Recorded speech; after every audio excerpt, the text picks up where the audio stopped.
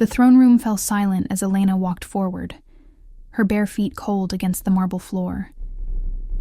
Every eye in the royal court turned to watch her approach the dais where Alpha King Kieran sat, his presence alone enough to make even the strongest wolves bow their heads in submission. Elena kept her chin up despite the fear coursing through her veins, despite knowing that what she was about to do would likely cost her everything. Behind her, guards held her sister Mira, whose tear-streaked face and trembling body made Elena's resolve harden into steel. Mira was only 17, barely more than a child, and she had been accused of poisoning Queen Luna Selene, a crime that carried the penalty of public execution.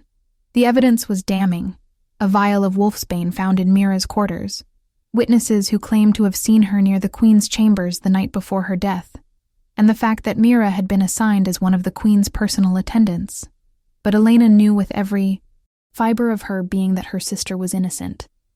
Mira couldn't even kill a rabbit when they went hunting, let alone poison the Queen. Someone had framed her, and Elena had spent the last 3 days desperately trying to prove it, only to watch every door slam in her face and every potential witness suddenly develop amnesia. The Alpha King had not spoken a single word during the trial that morning. He had simply sat on his throne, his dark eyes cold and unreadable as the council presented their evidence and demanded Mira's immediate execution. Kieran Blackthorn was known throughout all the packs as the most ruthless alpha who had ever lived. He had taken the throne 12 years ago in a bloody coup that left hundreds dead, and since then he had ruled with an iron fist that tolerated no weakness and showed no mercy. Stories were told about him in whispers, tales of enemies who had challenged him and been torn apart, of entire packs that had rebelled and been destroyed so thoroughly that not even their names remained. He never smiled, never showed compassion, and it was said that he had personally executed his own father to claim the throne. If there was anyone in the world less likely to show mercy to a servant girl accused of murdering his queen, Elena could not imagine who that would be. Yet here she was, about to throw herself at his feet and beg for exactly that. She reached the base of the dais and dropped to her knees, pressing her forehead to the cold marble in the traditional pose of supplication. The entire court held its breath, and Elena could feel the weight of hundreds of stares on her back. When she spoke, she forced her voice to remain steady despite the terror threatening to choke her. "Your Majesty, I come before you to offer a trade. My sister is innocent of the charges against her, but I know that declarations of innocence mean nothing without proof, and I have been unable to gather that proof in the time allowed. Therefore, I offer myself in her place. Take me as your prisoner, your servant, your slave, whatever you wish. Do with me as you will. But please, I beg you, spare my sister's life. She is young and foolish, but not a murderer. Let her live, and I will pay any price you name." The silence that followed her words was absolute. Elena kept her forehead pressed to the floor, her heart pounding so hard she thought it might burst from her chest. She had no idea if this would work, if the Alpha King would even consider her offer, or if he would simply have them both executed for the audacity of questioning the court's judgment. Long seconds stretched into what felt like hours, and still no one spoke. Then she heard it, the soft sound of footsteps descending the dais, measured and deliberate. Elena's breath caught in her throat as those footsteps came closer, stopping directly in front of her. She could see the tips of black boots inches from her face, and the power radiating from the Alpha King's presence was so intense it made her wolf whimper and press itself flat in submission deep within her mind. When Kieran finally spoke, his voice was low and cold, the kind of voice that could cut through steel and freeze fire. "You offer yourself to me. Do you understand what that means, girl? Do you comprehend what you are asking for? I could make you suffer in ways you cannot imagine. I could break you so thoroughly that you would beg for death. I could use you and discard you like the worthless Omega you are, and you would have no recourse, no protection, no hope of escape. Is that really what you want?" Elena forced herself to lift her head, to meet those dark eyes, even though every instinct screamed at her to look away. Up close, the Alpha King was even more intimidating than she had imagined.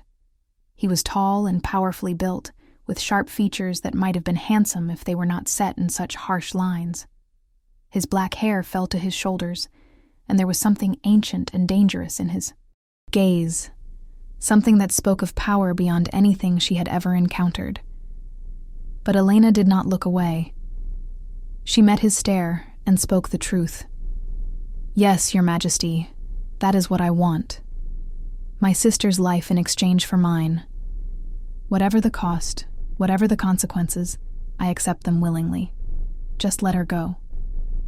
Something flickered in Kieran's eyes then, something Elena could not quite identify. Surprise, perhaps, or curiosity, or something else entirely. He studied her face for a long moment, and Elena had the unsettling sensation that he was seeing far more than she wanted him to see, that he was looking past her desperate courage to the fear and grief beneath. Then, without warning, he reached down and caught her chin in his hand, tilting her face up further. His touch was not gentle, but neither was it as brutal as she had expected. His fingers were warm against her skin, and she felt a strange tingling sensation where he touched her, like static electricity or something more. "If you come to me, there will be no going back," he said softly, his voice dropping to a tone that only she could hear. "You will belong to me completely, in every way that matters. Your life, your body, your very soul will be mine to do with as I please. Are you truly prepared for that? Are you strong enough to endure what I would demand of you?" Elena's throat was dry, but she managed to force out the words. "I am prepared for anything if it means my sister lives. I offer myself freely and without reservation. Please, Your Majesty, accept my trade." Kieran's eyes searched hers for another long moment. And then something extraordinary happened. His lips curved into the smallest hint of a smile, the first expression of anything other than cold indifference that Elena had ever seen on his face. "Very well," he said, his voice carrying through the silent throne room so that all could hear. "I accept your offer, Elena Ashwood, but not in the way you think." Before Elena could process what he meant, Kieran released her chin and stepped back, turning to address the assembled court. His voice rang out with absolute authority, brooking no argument. "I declare Elena Ashwood to be my chosen mate and your new Queen Luna. She will stand at my side as my equal, bearing the full authority of the throne. Her sister Mira is hereby pardoned of all charges and released immediately. Any who speak against this decision or question my judgment will face my personal wrath. Let it be known throughout all the packs that I, Alpha King Kieran Blackthorn, have chosen my queen, and she is under my protection now and forever." The throne room erupted into chaos. Nobles shouted in shock and outrage. Council members leaped to their feet protesting, and Elena felt her legs give out beneath her as the full weight of what had just happened crashed over her like a tidal wave. The Alpha King had not taken her as a slave or a prisoner. He had declared her his mate, his queen, and had given her the highest position in the realm. It made no sense. It was impossible. She was nobody, a low-ranking Omega from a minor pack, barely above a rogue in status, and yet Kieran had just elevated her to stand beside the most powerful Alpha in existence. If you enjoyed this dramatic opening, make sure to hit that like button and let me know in the comments what you think Elena should do next. And don't forget to subscribe, because this story is about to get even more intense as we uncover the secrets behind the Alpha King's shocking decision. Kieran raised one hand, and the throne room fell silent immediately, the assembled nobles swallowing their protests under the weight of his displeasure. "Guards, release Mira Ashwood and escort her to comfortable quarters in the East Wing. See that she has everything she needs, and assign her a personal attendant. She is sister to your queen now, and will be treated accordingly. As for you," he said, turning back to Elena and offering her his hand, "come with me. We have much to discuss, and I will not do so with this pack of gossiping wolves listening to every word." Elena stared at his outstretched hand, her mind still reeling. This had to be some kind of trick, some elaborate game whose rules she did not understand. Alpha Kings did not choose Omega nobodies as their mates. They did not grant mercy to convicted criminals. They certainly did not elevate servant girls to positions of ultimate power on a whim. Yet Kieran stood there waiting, his hand extended, his expression unreadable. Behind him, Elena could see Mira being released from her chains, could see her sister's shocked and tearful face as guards gently led her away toward safety. Whatever game Kieran was playing, he had kept his end of the bargain. Mira was free. Elena placed her trembling hand in his, and the moment their skin touched, she felt it. A jolt of electricity so powerful it made her gasp, a connection that seemed to snap into place between them like a physical thing. Kieran's fingers tightened around hers, and for just a second his mask slipped, and she saw something raw and hungry in his eyes, something that looked almost like longing. Then the moment passed, and his expression went cold again, and he was pulling her to her feet and leading her from the throne room, while the entire court watched in stunned silence. Elena stumbled after him, her mind churning with questions she did not dare ask, her body still tingling from that strange electric connection. What had she just gotten herself into? What did the Alpha King really want from her? And why, despite everything she knew about his reputation for cruelty, did some deep part of her feel like she had just come home? Kieran led her through a maze of corridors, past elaborately decorated rooms, and past guards who snapped to attention as they passed. Elena had never been in this part of the palace before. As a low-ranking member of a servant pack, she had spent her time in the kitchens and lower levels, never dreaming she would walk these halls of power. Now she was being escorted by the Alpha King himself, her hand still clasped in his, and she could feel the stares of every person they passed, could sense the shock and confusion and resentment rolling off them in waves. The nobles would hate her, she realized. They would see her as an upstart, an Omega who had somehow seduced or tricked their king. She would have enemies in every corner of the court, people who would want to see her fail or, worse. They finally stopped in front of a massive set of double doors carved with intricate wolves and moons. Kieran pushed them open and drew her inside, closing and locking them behind her with a firm click. Elena found herself in what was clearly the king's private chambers, a vast suite of rooms decorated in dark woods and deep blues, with floor-to-ceiling windows that looked out over the palace grounds. A fire burned in an enormous stone fireplace, and comfortable furniture was arranged around the room in a way that should have felt welcoming, but instead felt almost unused, as if no one ever actually relaxed here. Kieran released her hand and moved to pour himself a drink from a crystal decanter on a side table, and Elena stood awkwardly by the door, unsure what to do or say. "I expect you have questions," Kieran said without turning around, his voice still cool and controlled. "Ask them."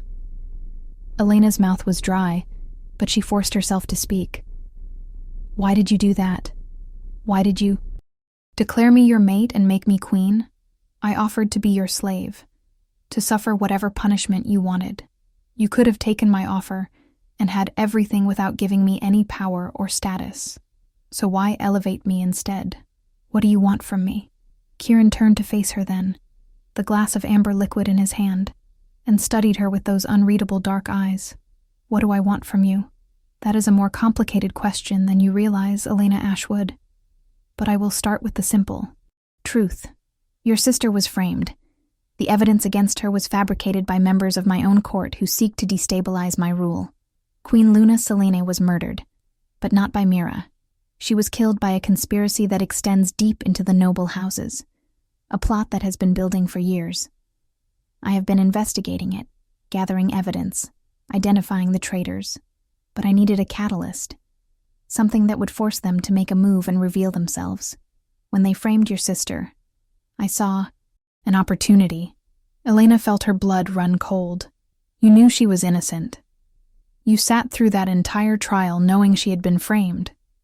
And you said nothing. You were going to let them execute her? Kieran's expression did not change. I was not going to let them execute her. I was waiting to see if anyone would come forward to defend her, to see who might be involved in the conspiracy and who might be innocent. And then you came forward. You, a nobody Omega with no power and no influence, offering to sacrifice everything for your sister. You looked me in the eye and offered me your life without hesitation, without trying to bargain or negotiate or save yourself. Do you know how rare that is?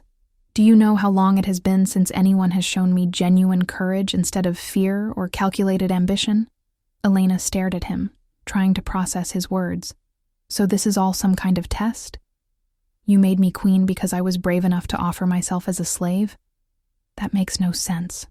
If you wanted to reward me, you could have just freed Mira and sent us away. Why tie yourself to me with a mate bond? Because there is no mate bond, Kieran said quietly, and the admission hung in the air between them like a bomb. Not yet anyway. I declared you my chosen mate, not my destined mate. There is a difference.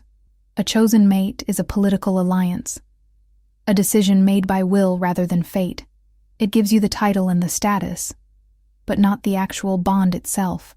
That would require a formal mating ceremony and the exchange of marks, which we have not performed. What I have done is give you protection and power, a shield against those who would see you destroyed, and in return, I need you to play a role. Elena's head was spinning. A role? What kind of role? Kieran set down his glass and moved closer to her, his presence overwhelming in the confined space. The conspirators who killed Celine believe I am weak, that I am a tyrant who rules through fear alone with no true allies or support. They think that by removing my queen they have isolated me, made me vulnerable. By choosing you as my new mate so quickly, I send a message that I am not affected by their schemes, that I can replace what they have taken without effort. More importantly, you are an unknown. You have no political ties, no family alliances that could be compromised. You are a blank slate, and that makes you dangerous to them because they cannot predict how you will behave or who you might support. They will try to manipulate you, to turn you against me or to use you as a weapon, and when they do, we will identify them. So I am bait, Elena said flatly. You made me queen to lure out your enemies. Kieran's eyes glinted with something that might have been approval. You are bait, yes, but you are also much more than that if you choose to be. I am offering you a genuine position of power, Elena. As Queen Luna, you will have authority over the domestic affairs of all the packs, command over the palace guard, the ability to pass judgment on disputes and grant pardons. You will sit on the council and your voice will carry weight. I am not asking you to be a figurehead or a decoration. I am offering you the chance to actually change things, to fight against the corruption and cruelty that plague these packs. Your sister was nearly executed for a crime she did not commit. How many others have suffered the same fate? How many innocents have been destroyed by those who abuse their power? You could stop that. You could make a difference. But only if you are willing to be more than just a victim offering herself up for sacrifice. Elena felt tears prick at her eyes, but she blinked them back angrily. You do not know anything about me. How can you possibly trust me with that kind of power? How do you know I will not betray you or fail or make everything worse? I do not know, Kieran admitted, and there was something almost vulnerable in his voice. I am taking a risk by choosing you. Just as you took a risk by offering yourself to me. But I have been watching you, Elena Ashwood. I have seen how you care for your sister, how you stood up to nobles who could have crushed you without a thought, how you refused to back down even when everyone told you it was hopeless. You have fire in you, and strength, and a sense of justice that I have not seen in anyone at this court for longer than I care to remember. So yes, I am gambling on you. The question is, will you gamble on me? Will you trust that I am not the monster everyone believes me to be, and help me root out the real monsters hiding in my court? Elena met his gaze, searching those dark eyes for any sign of deception. She still did not understand why he had really chosen her, still suspected there was more to this story than he was telling. But she also could not deny the opportunity he was offering. If even half of what he said was true, she could use her new position to help people like Mira, to protect the innocent and punish the guilty. And if it was all a lie, if this was some elaborate trap, well, she had already offered her life anyway. What did she really have to lose? She took a deep breath and squared her shoulders. I will do it. I will play your game and be your queen. But I have conditions. 1. You will help me find proof of who really killed Queen Luna Selene and framed my sister. 2. You will grant me genuine authority and not overrule my decisions unless absolutely necessary. And 3. You will tell me the truth, all of it. No more games, no more secrets. If we are going to do this, I need to know what I am really facing. Kieran's lips curved into that small smile again, and this time it reached his eyes, making him look suddenly younger and far less intimidating. You drive a hard bargain for someone who was kneeling at my feet less than an hour ago. But very well. I accept your conditions. We will find the truth together. I will respect your authority as queen. And I will tell you everything you need to know. But understand this, Elena. Once we begin this, there is no turning back. The enemies we face are powerful and ruthless. They will try to hurt you, to use you, to break you, and I cannot always be there to protect you. You will need to be strong, smarter than they are, and willing to do whatever it takes to survive. Can you do that? Elena thought of Mira's terrified face, of the injustice of her false accusation, of all the other innocents who had suffered at the hands of corrupt nobles. She thought of the power Kieran was offering her, and the chance to actually make a difference in a world that had always treated her as worthless. And she thought of the strange electric connection she had felt when he touched her hand, the sense that somehow, impossibly, this was exactly where she was supposed to be. Yes, she said firmly. I can do that. I am stronger than I look, Your Majesty, and I do not break easily. Good, Kieran said softly. Then let us begin. Welcome to the throne, Queen Luna Elena. May the moon goddess help us both with what comes next. Over the following days, Elena discovered that being queen was nothing like she had imagined. She was moved into the royal suite, adjacent to Kieran's chambers, a sprawling apartment that was larger than the entire cottage she had shared with Mira back in their home pack. Servants attended to her every need, dressing her in elaborate gowns of silk and velvet, adorning her with jewels worth more than she could comprehend, teaching her the complex etiquette and protocols of court life. She sat through endless meetings with the council, listening to reports on packed territories and trade agreements and disputes that needed royal judgment. And everywhere she went, she felt the weight of hostile stares, heard the whispered conversations that stopped when she entered a room, sensed the resentment and suspicion directed at her from all sides. The noble ladies were the worst. They smiled to her face with poisonous sweetness, while making subtle jabs about her low birth and lack of education. They questioned her every decision, undermined her authority with passive-aggressive compliance, and made it clear that they considered her a temporary embarrassment who would soon be replaced by someone more suitable. Lady Cassandra Silvermoon was particularly vicious, a beautiful and wealthy alpha female who had apparently expected to become Kieran's chosen mate herself. She led a faction of nobles who openly opposed Elena's position and worked to sabotage her at every opportunity. Within the first week, Elena had to deal with 3 separate incidents where her orders had been deliberately misinterpreted or ignored, resulting in chaos that was then blamed on her inexperience. But Elena was not alone in her struggles. Kieran, despite his cold public persona, proved to be a surprisingly patient teacher in private. He spent hours each evening reviewing the day's events with her, explaining the political undercurrents and hidden agendas, teaching her to read people's true intentions beneath their polite facades. He showed her maps of packed territories and bloodline trees of the noble houses, helping her understand the complex web of alliances and rivalries that governed their world. And he shared with her the evidence he had gathered about the conspiracy against his throne, showing her documents and testimonies that painted a disturbing picture of corruption and treason. The conspiracy ran deep, involving at least a dozen noble houses and possibly members of the royal council itself. They had been working for years to undermine Kieran's authority, spreading rumors about his cruelty, sabotaging his policies, and eliminating anyone who might have supported him. Queen Luna Selene had discovered their plot and had been gathering evidence to expose them when she was murdered. The wolfsbane that killed her had been administered slowly over weeks, disguised as medicine. For a minor illness, and by the time anyone realized she had been poisoned, it was too late.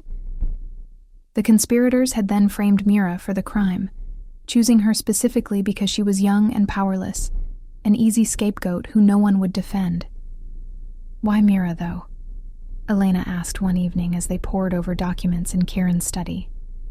There were other servants who had access to the Queen. Why target my sister specifically? Because of you, Kieran said quietly, not looking up from the report. He was reading. The conspirators have been watching everyone in the palace, looking for potential threats or opportunities. They noticed that you were unusually protective of your sister, that you would do anything to keep her safe. They thought that by threatening Mira, they might be able to manipulate you into doing something for them, feeding them information or sabotaging my efforts. They did not anticipate that you would offer yourself to me directly, or that I would accept. Elena felt sick. So Mira was targeted because of me, because I loved her too, obviously. Kieran finally looked up, and there was something gentle in his expression that she had never seen before. Mira was targeted because evil people wanted to use your love as a weapon. That is not your fault, Elena.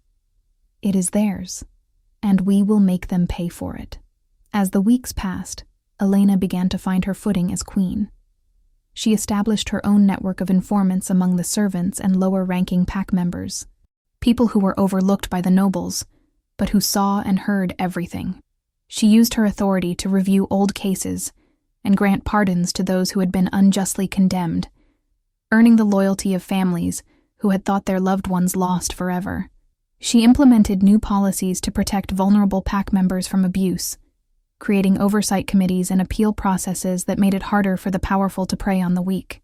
And slowly, gradually, she began to build a base of support among those who had been ignored or marginalized by the previous regime.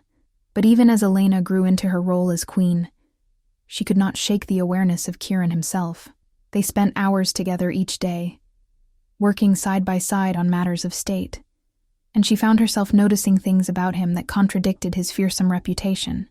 The way he always ensured she had eaten before diving into work, appearing with food when she got too absorbed in a case to remember meals, the dry humor that occasionally surfaced in his comments, making her laugh despite herself, the fierce intelligence and strategic brilliance that guided his every decision, and the moments of unexpected kindness, like when he had personally visited Mira to assure her she was safe, or when he had quietly arranged for Elena's elderly mentor from her home pack to be brought to the palace for a visit. She also noticed the way he looked at her sometimes when he thought she was not paying attention, with an intensity that made her breath catch and her heart race.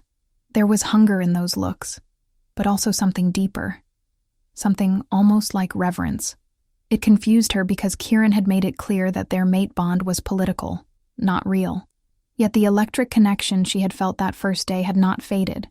If anything, it had grown stronger, until simply being in the same room with him made her skin tingle and her wolf press close to the surface, whining with a need Elena did not fully understand. 3 months into her reign as queen, Elena finally confronted him about it. They were alone in his study late at night, reviewing reports of suspicious activity near the northern border. When Elena set down her papers and fixed him with a direct stare, "I need you to tell me the truth about something. You said we have no mate bond, that you chose me for political reasons, but that is not the whole truth, is it? I can feel something between us, Kieran. Every time you touch me, every time we are close, I feel this connection. What is it? What are you not telling me?" Kieran went very still, and for a long moment he did not answer. Then he carefully set down his own papers and met her gaze, and there was such raw emotion in his eyes that Elena almost gasped. "You want the truth?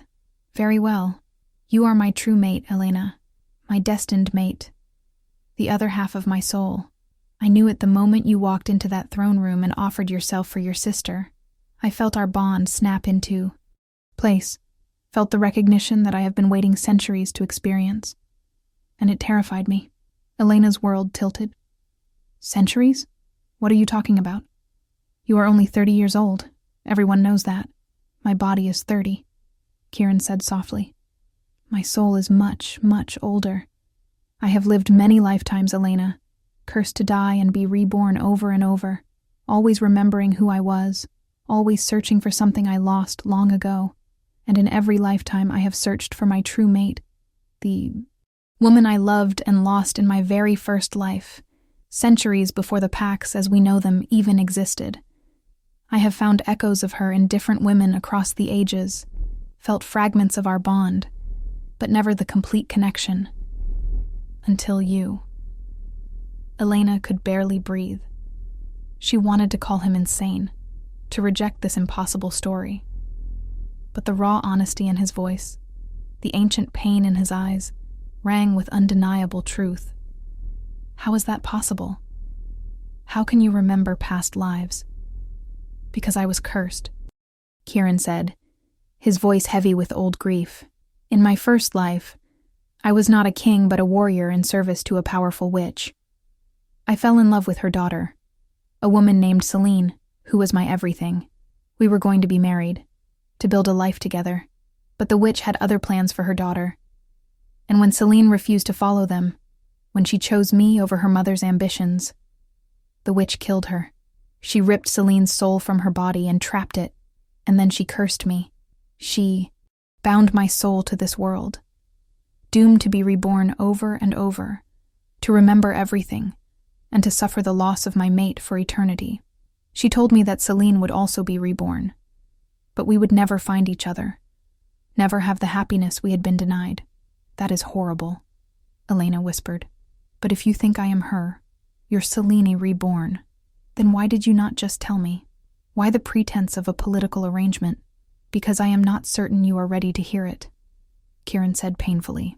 Because if I am wrong, if you are just another echo and not the true reincarnation of my mate, then completing our bond could destroy us both. The curse is specific, Elena. It allows me to be reborn and to search, but it prevents me from truly bonding with anyone unless she is Celine's true reincarnation. If I try to form a mate bond with the wrong person, we both die in agony.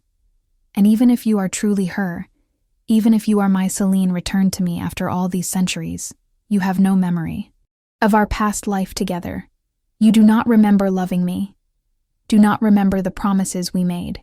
How can I ask you to accept a mate bond with a stranger based on a past you do not recall? How can I trap you in something you did not choose? I hope you are enjoying this story of impossible love and ancient curses. If you are, make sure to drop a comment telling me what you think about Kieran's revelation. And do not forget to hit subscribe so you do not miss what happens next, because things are about to get even more complicated. Elena's mind was reeling. Everything suddenly made sense. The way Kieran had looked at her that first day. The intensity of the connection between them. His willingness to elevate her so dramatically. He believed she was his reincarnated lost love.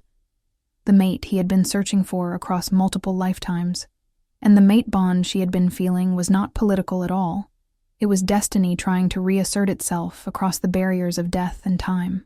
But could she believe such an incredible story?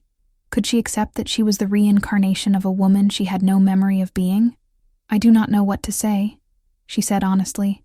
I do not remember being anyone else, Kieran. I do not remember loving you in a past life or making promises. But I cannot deny what I feel when I am near you. This pull that seems to grow stronger every day. So what do we do? How do we know if I am truly her? There is a way to know for certain, Kieran said reluctantly. The witch who cursed me left a marker, a way to identify Celine's true reincarnation. My mate would bear a specific mark, a birthmark in the shape of a crescent moon over her heart. Celine had it in our first life, and if you are truly her returned to me, you would have it too. Do you have such a mark, Elena? Elena's breath caught. She did have a birthmark exactly like that. Had always wondered why it was shaped so perfectly like a crescent moon. She had never told anyone about it because it was in such an intimate location, hidden beneath her clothes. Slowly, with trembling hands, she reached up and began to unlace the front of her gown. Kieran made a noise of protest and looked away immediately, giving her privacy. But Elena shook her head. You need to see, she said quietly. You need to know. She pulled the fabric aside just enough to reveal the upper curve of her left breast, where the crescent moon birthmark lay against her pale skin like it had been painted there by divine hand. Kieran looked back at her permission, and his eyes went wide, all the color draining from his face. He reached out with a shaking hand as if to touch the mark, then stopped himself, his fingers hovering inches from her skin. "It is you," he breathed, his voice breaking. "After all this time, after so many lifetimes of searching, it is really you. Celine, my Celine. You came back to me."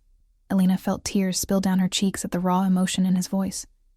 At the sight of this powerful and intimidating Alpha King brought to his knees by recognition of a love that had transcended death itself, she reached out and caught his hand, guiding it to rest over her birthmark, over her frantically beating heart. "My name is Elena," she said softly. "I do not remember being Celine. I do not remember our past or the love we shared. But I feel this connection between us, Kieran. I feel it in every fiber of my being. And maybe that is enough. Maybe we do not need to reclaim the past. Maybe we can build something new, something that belongs to us here and now. Would that be acceptable to you? Could you love me as Elena, even if I am not fully the woman you remember?" Kieran's hand trembled against her skin, and when he spoke, his voice was thick with emotion.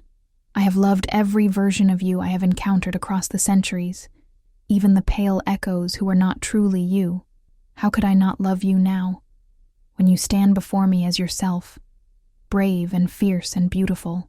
You are Celine's soul, Elena, but you are also your own person, shaped by this life's experiences and choices.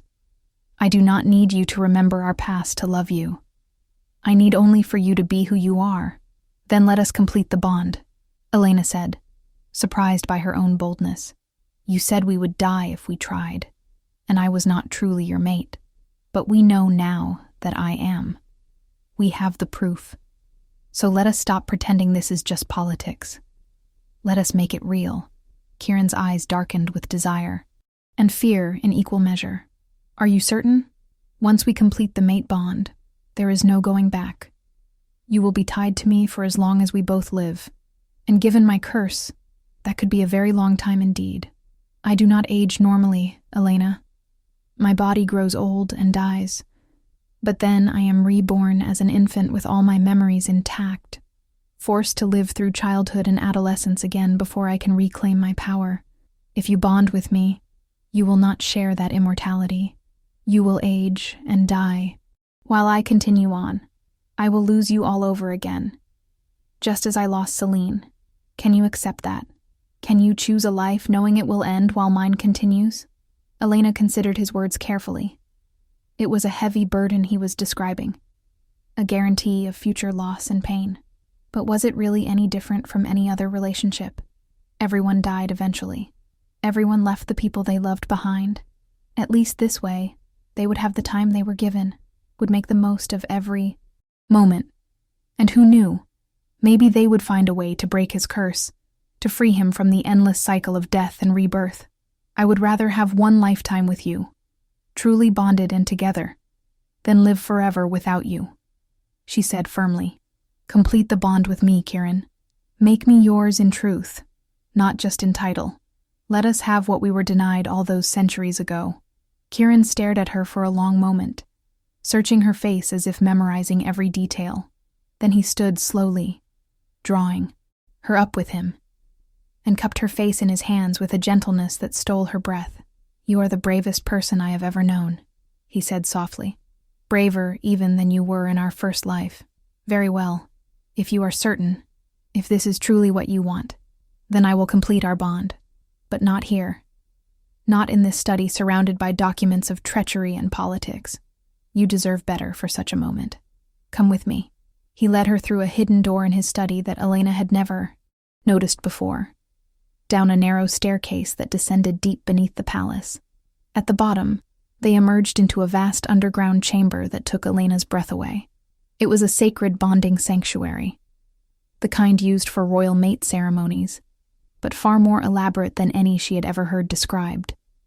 The walls were carved with ancient wolf sigils and phases of the moon, and the center of the room held a raised dais surrounded by channels that glowed with liquid moonstone. Above, an opening in the ceiling revealed the night sky, where the full moon hung perfectly framed, bathing the entire chamber in silver light. It was the most beautiful thing Elena had ever seen, and it was clear that Kieran had been maintaining this space for a very long time, waiting for this exact moment. "I built this sanctuary in my current lifetime," Kieran explained as he led her to the dais. "I have built one in every life, always hoping that this would be the lifetime I finally found you. I wanted to be ready, to have a place worthy of completing our bond when the moment came. The magic here will amplify our connection, will help us forge a bond strong enough to withstand the curse. But it will also be intense, Elena. The mating process is always overwhelming, but with our history, with the power of a bond denied for centuries finally being completed, it will be even more so. You may experience memories of our past life, may feel echoes of Celine's emotions alongside your own.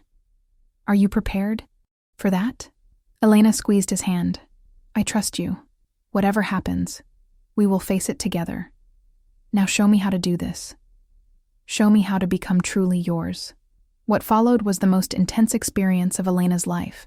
Kieran guided her through the ancient ritual, speaking words in a language so old even he barely remembered its origins, calling on the moon goddess to witness and bless their union. They exchanged marks, Kieran's fangs piercing the junction of her neck and shoulder, while Elena, guided by instinct, marked him in return. The moment their marks completed, power exploded through Elena's body like lightning. She felt the bond snap into place between them, a connection so profound it was like gaining a whole new sense. She could feel Kieran's emotions as clearly as her own, could sense the depth of his love, and the echoes of his ancient grief, and the overwhelming relief of finally finding her again. And then the memories came. They crashed over Elena in waves, fragments of a life she had never lived but somehow recognized. She saw herself as Celine, young and laughing in a meadow of wildflowers, saw Kieran's face but younger, softer, without the weight of centuries of suffering. She felt the echo of first love, pure and uncomplicated, the joy of finding someone who understood her completely. She experienced their courtship, stolen moments away from Celine's controlling mother, promises made under moonlight. And then she felt the betrayal, the mother's rage, the agony of dying with Kieran's name on her lips and his anguished screams in her ears. She felt his grief as he held her body, felt the moment the curse took hold and bound him to eternal searching. Centuries compressed into moments, lifetime after lifetime of Kieran being reborn, growing up with impossible memories, searching faces in crowds for the one that would finally be hers, and never finding it until now. Elena gasped and collapsed against Kieran, overwhelmed by the emotional weight of what she had just experienced. He caught her immediately, holding her close, his own body shaking with the intensity of the completed bond. "I have got you," he whispered against her hair. "I have got you, my Celine. My Elena, my everything. The bond is complete. We are truly mated now. No curse, no conspiracy. No force in this world can separate us again." They stayed locked together in that sacred chamber for what felt like hours, adjusting to the new reality of being completely bonded, of feeling each other's presence as a constant warm glow in the back of their minds. Elena could sense Kieran's fierce protectiveness, his determination to keep her safe, and beneath it all a love so deep and enduring it brought tears to her eyes.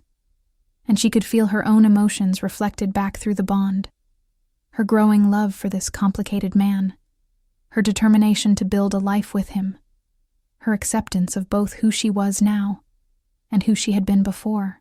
Eventually they made their way back upstairs, and Kieran led her to his chambers, where they sealed their bond in the physical way as well, coming together with a passion that felt both brand new and ancient, like coming home after a journey that had lasted lifetimes. The next morning, Ellen awoke in Kieran's bed for the first time as his true mate in both name and reality. The mate bond hummed contentedly between them, and she could feel his presence even though he had already risen and was working at the desk across the room. The sight made her smile. this powerful alpha king sitting shirtless in the early morning light, his mate mark visible on his shoulder, completely absorbed in reading some report. As if sensing her attention, he looked up and gave her a smile that transformed his entire face, making him look young and happy and completely different from the cold tyrant the court believed him to be.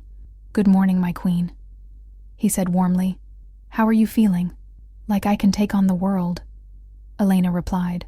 "Honestly, stretching. The mate bond is incredible. I can feel you even when you are across the room. Is it always like this? It will settle somewhat over time. But yes, we will always be aware of each other now. It is both a blessing and a curse. I will know when you are in danger or distressed, and you will know the same about me. We can even communicate directly through the bond if we need to, though that takes practice." Elena climbed out of bed, wrapping a sheet around herself, and moved to join him at the desk. "What are you working on so early?" Kieran's expression turned grim. "Reports from my spies. The conspiracy is making its move. Now that they know we have completed our true mate bond, they are panicking. A bonded alpha king with a true mate is far more powerful than one ruling alone. Our enemies know they need to act quickly before we become too strong to challenge. There is going to be an attack, Elena. Soon. Possibly within days. They are going to try to kill us both and seize the throne." Elena felt fear flutter in her stomach, but she pushed it down. "We knew this was coming. We have been preparing for it. What do we need to do?" Kieran pulled her down into his lap, wrapping his arms around her protectively. "We need to identify the leaders of the conspiracy and remove them before they can strike. I have narrowed it down to 3 possible nobles who are coordinating the plot. One of them is Lady Cassandra Silvermoon, which I suspect does not surprise you. The others are Lord Marcus Ironwood and Lady Victoria Nightshade, both of whom have been positioning themselves to seize power for years. Tomorrow night there is a full court gathering, a formal ball to celebrate the winter solstice. It will be the perfect opportunity for them to make their move, with all the nobles gathered in one place and plenty of distractions. But it is also the perfect opportunity for us to expose them and end this once and for all." "How do we prove their guilt?" Elena asked. "We cannot just accuse them without evidence. The other nobles will think we are executing rivals to consolidate power.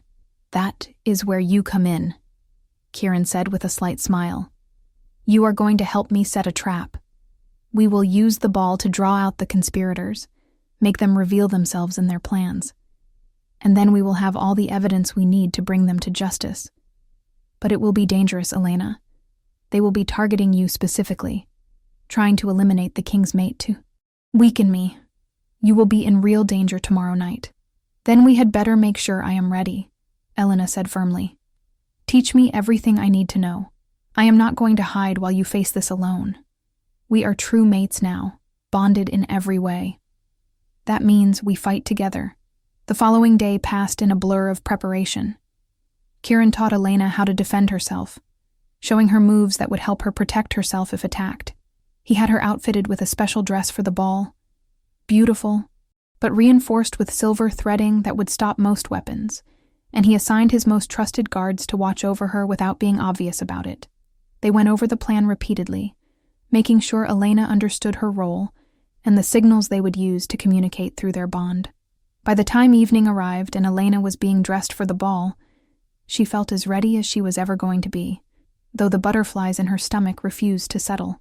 The winter solstice ball was magnificent, the throne room transformed with ice sculptures and winter flowers, hundreds of candles casting dancing shadows across the assembled nobles in their finest clothes. Elena entered on Kieran's arm, wearing a gown of deep blue that seemed to shimmer like moonlight on water, her mate mark proudly displayed and her head held high.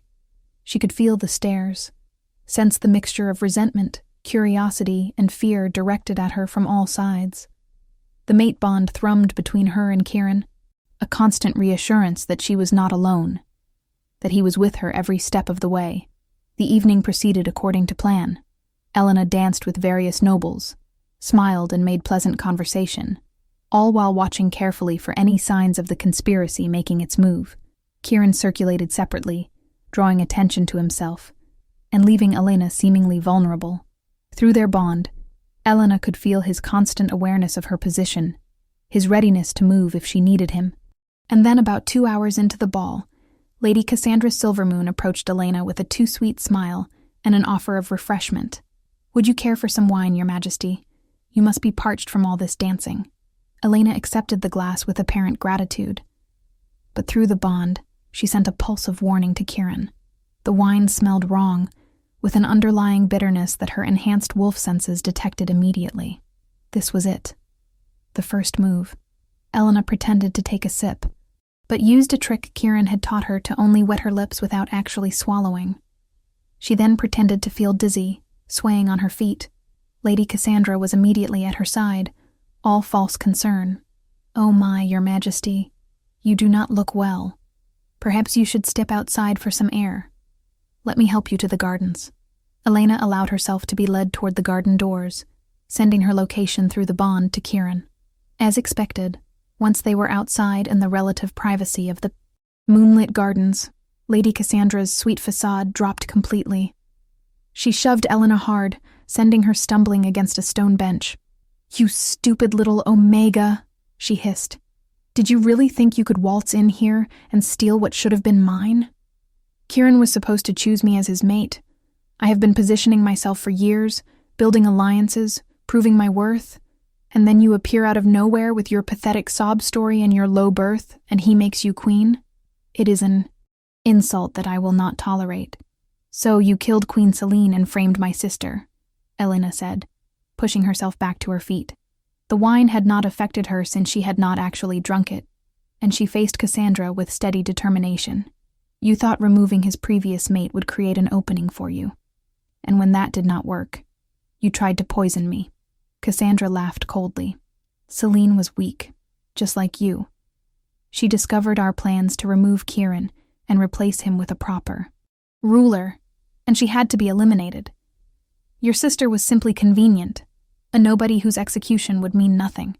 But then you complicated everything by offering yourself to Kieran, and the fool actually accepted. No matter.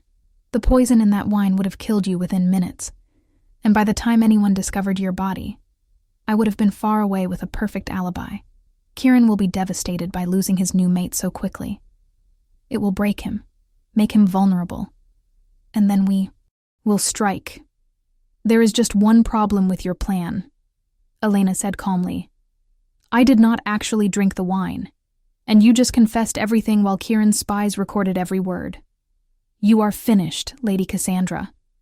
Cassandra's face twisted with rage, and she lunged at Elena with unexpected speed. Claws extended and shifted into her half-wolf form. But Elena was ready.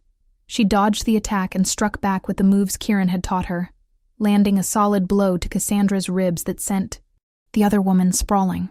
Before Cassandra could recover, Kieran appeared out of the shadows with a squad of royal guards, his eyes blazing with fury. "Lady Cassandra Silvermoon, you are under arrest for the murder of Queen Luna Selene, the attempted murder of Queen Luna Elena, conspiracy against the crown, and high treason. Take her away." The guards seized Cassandra, who screamed and thrashed but could not break free.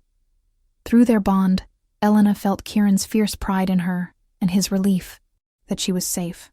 She moved to his side, and he wrapped an arm around her, presenting a united front as more guards emerged from the gardens with Lord Marcus and Lady Victoria in custody as well. The entire conspiracy had walked into the trap, thinking they were about to eliminate the new queen, and instead finding themselves caught in an inescapable net of their own making. The aftermath of the ball moved swiftly. With the conspirators in custody and their confessions recorded, Kieran was able to move against the corrupt nobles and council members who had been undermining his rule. Trials were held, evidence presented, and justice served.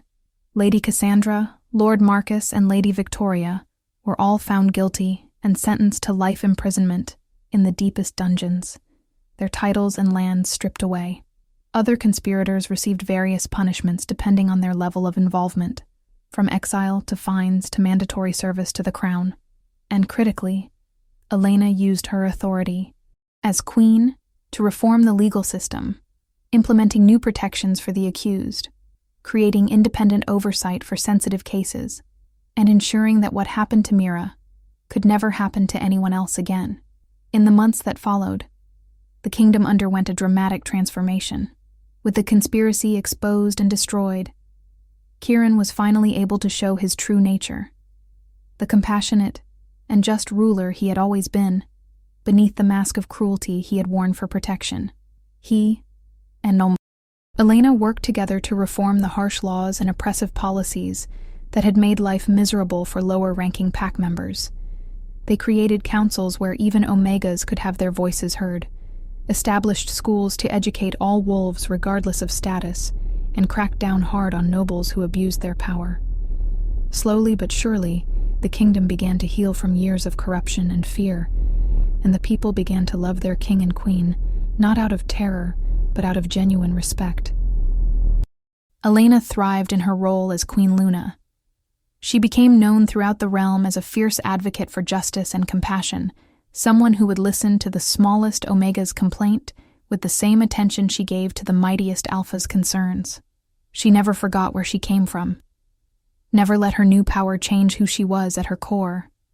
And always, she had Kieran by her side, her true mate and partner in every sense. Their bond only grew stronger over time, a constant source of strength and comfort that neither of them took for granted. Mira, freed from the shadow of false accusations, blossomed into a confident young woman.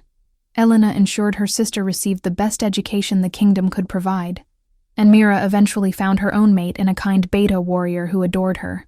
Watching her sister's happiness, knowing that her sacrifice had saved Mira and led to all the good that followed, Elena never regretted her decision to offer herself to the Alpha King that fateful day. She had gone to him expecting death or slavery, and instead she had found her destiny, her true mate, and a purpose that filled her life with meaning. 5 years after that pivotal day in the throne room, Elena stood on a balcony overlooking the kingdom, with Kieran's arms wrapped around her from behind, their 2 young children playing in the gardens below. Their son had Kieran's dark hair and Elena's determination, while their daughter had inherited Elena's features and Kieran's strategic mind. Both children were being raised to understand that power was a responsibility, not a right, and that true strength came from lifting others up. Through their bond, Elena could feel Kieran's contentment, his joy at having a family he had never thought possible, his gratitude for every moment they had together, and she knew he could feel her answering emotions, the love that grew deeper every day, the satisfaction of a life well lived. "Do you ever regret it?" Kieran asked softly, against her ear. "Offering yourself to me that day? Binding your life to mine?" Elena turned in his arms to face him, reaching up to cup his cheek. "Not for a single moment. I went to you expecting to save only my sister. Instead, I saved myself, found my true mate, and helped save an entire kingdom. How could I regret that? You gave me everything, Kieran. Purpose, love, a family, a chance to make a real difference in the world. I would make the same choice 1,000 times over." Kieran smiled, kissed her deeply, pouring all his love through their bond, so she could feel the depth of his emotion. "I am the one who was saved," he murmured. "You broke a curse that had haunted me for centuries. You gave me hope when I had forgotten what it felt like. You showed me that love can transcend even death itself, and that redemption is possible for those willing to fight for it. You are my everything, Elena. My Celine, my mate, my queen, my salvation." They stood together as the sun set over their kingdom, watching their children play and feeling the pulse of their mate, bond thrumming between them. Elena had offered herself to save her sister, and had ended up saving so much more. She had transformed from a powerless Omega into a beloved queen, from a frightened girl into a confident woman, from someone lost into someone found, and she had done it all with her true mate by her side, proving that sometimes the greatest love stories are the ones that seem impossible, the ones that require sacrifice and courage and faith in destiny. Years later, when Elena was old and gray and their children had children of their own, she lay in Kieran's arms one final time. His body had aged alongside hers in this lifetime, though they both knew he would be reborn again while she would not. "Do not mourn me when I am gone," she whispered, her voice weak but her spirit still strong. "We have had a beautiful life together, and who knows, maybe the moon goddess will be kind and let me be reborn again. 2. Maybe we will find each other in another lifetime, just as we found each other in this one." Kieran held her close, tears streaming down his weathered face. "I will find you," he promised. "No matter how many lifetimes it takes, I will always find you. You are my eternal mate, Elena. Death cannot change that." Elena smiled and closed her eyes, feeling the warmth of their mate bond surrounding her like a blanket. And she knew, with absolute certainty, that Kieran spoke the truth.